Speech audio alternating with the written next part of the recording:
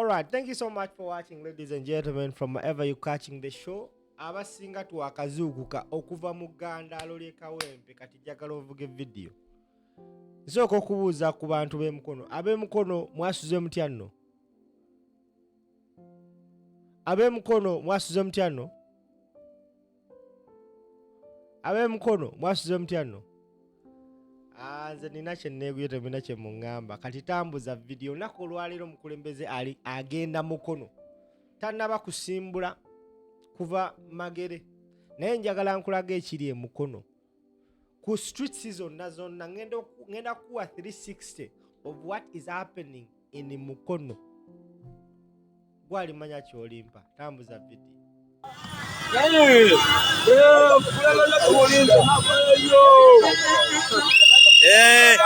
Oyo ye kubamu abasuze waneno nga balindiridde Nikwanko yenyinyigiza obulamu bwaffe.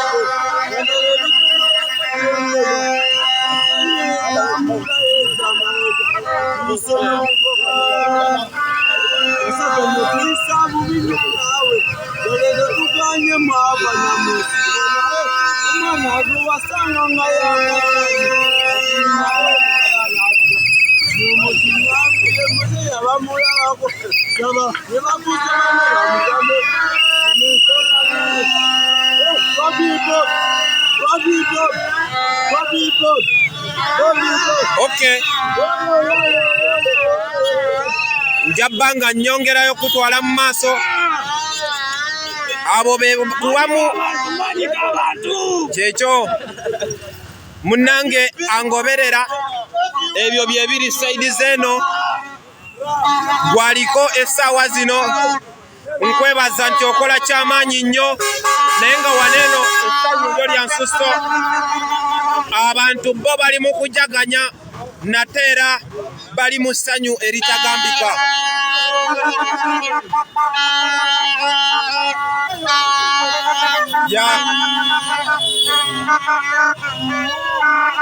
Abo boolaba essaawa zino bakuumiridde mukulembeze gwangoberera essaawa zino nja kugamba nti eno essanyu lye balina likirako omwoki wa gonja.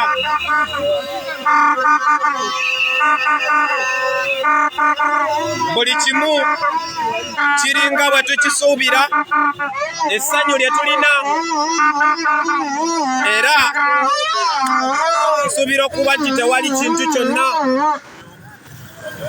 kibi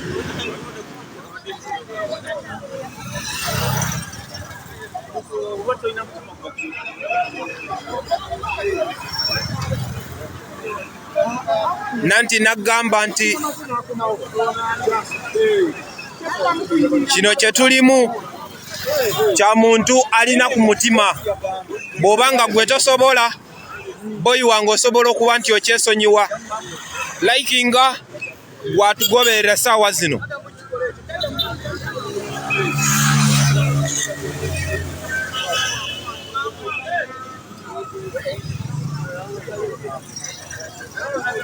Nkwebaza nnyo gwagenda mu maaso okuba nti otugoberera naye ng'ebyo bye biri side zeno. Omukulembeze ye bamulinze mu ssanyu mu mizira nkugambye ekiri eno kyo kyanjawulo mukko.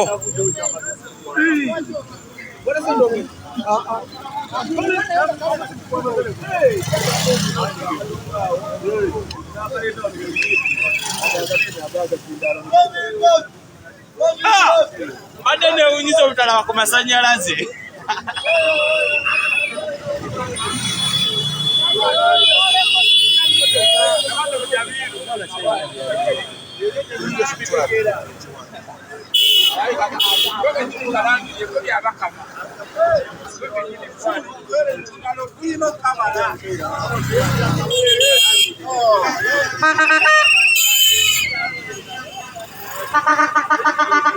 Okay.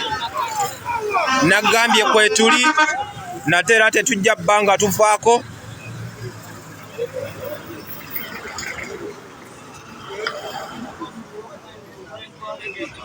weebale nnyo gwatugoberera, weebale nnyo kyokola kyamaanyi, weebale nnyo gwe agezaako kuba nti olikinga n'oyagaliza ensi yo, okola kyamaanyi nnyo.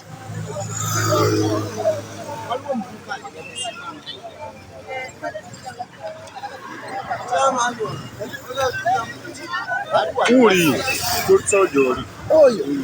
Sapa ya fuso enga fuso.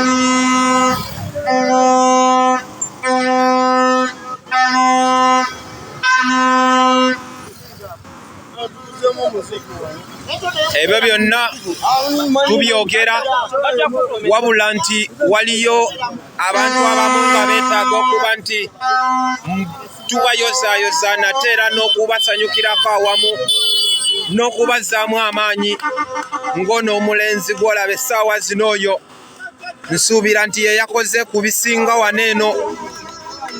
Oyo gw'olengera essaawa zino ye yataddewo ebintu ebisinga obungi by'olaba mu kifo kino.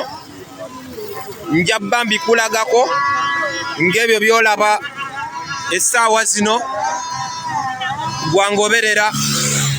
Ngenda bba nga ngezaako okubikendeezaako obe ng'olabako ebyo ebitonotono era nga w'omulengera essaawa zino wuuya waali nnyo okuddayo agezaako okuba nti omulimu gwe yatandise agumaliriza.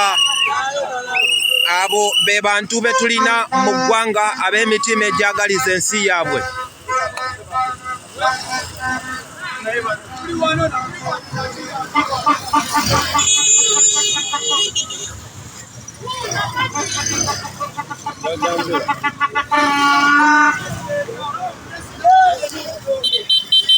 Byebyo boyi wange ebiri sayidi zeno gwampuliriza.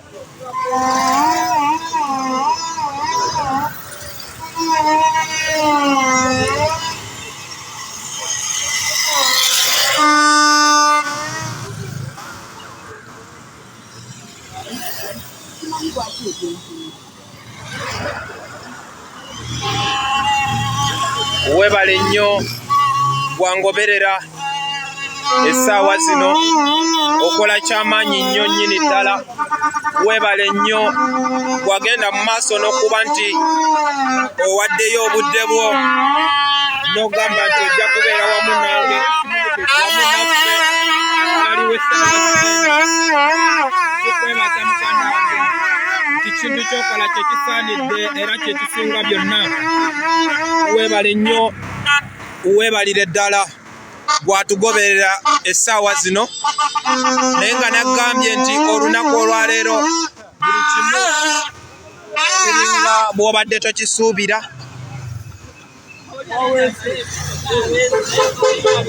Essanyu eno ly'amaanyi nnyo nanti omukulembeze essaawa yonna asalako okulaba nti ebintu ebiri wano ebisinga bya njawulo mukko. Nnyinza okugamba nti wano